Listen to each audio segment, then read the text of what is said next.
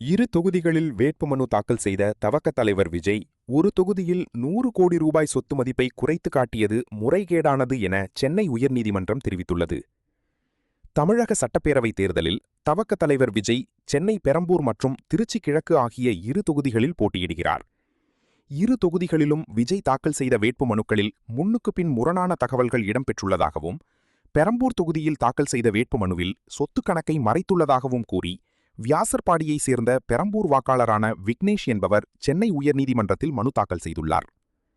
அந்த மனுவில் பெரம்பூர் தொகுதியில் தாக்கல் செய்த வேட்புமனுவில் தனது சொத்து மதிப்பு 115 கோடியே 13,63,000 ரூபாய் என குறிப்பிட்டிருந்த விஜய், திருச்சி கிழக்கு தொகுதிக்கான வேட்புமனுவில் 220 கோடியே 15,62,000 ரூபாய் என குறிப்பிட்டுள்ளார். திருச்சி கிழக்கு தொகுதியில் தாக்கல் செய்த வேட்புமனுவில் குறிப்பிட்ட சொத்து மதிப்பை விட பெரம்பூரில் தாக்கல் செய்த வேட்புமனுவில் குறைவாக காட்டியது உண்மை தகவலை மறைத்ததற்கு சமம் என்பதால், விஜய் தாக்கல் செய்த வேட்புமனுக்களில் தெரிவித்துள்ள சொத்து விவரங்கள் முழுமையானவையா, உண்மையானவையா என விசாரிக்க வருமான வரித்துறைக்கும் தேர்தல் ஆணையத்துக்கும் உத்தரவிட வேண்டும் என மனுவில் கோரப்பட்டுள்ளது.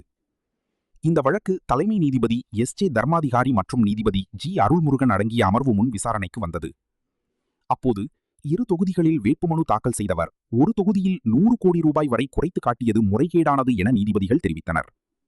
பின்னர் இந்த வழக்கு தொடர்பாக பதிலளிக்கும்படி வருமான வரித்துறைக்கு உத்தரவிட்ட நீதிபதிகள் விசாரணையை அடுத்த வாரத்துக்கு தள்ளி வைத்துள்ளனர்.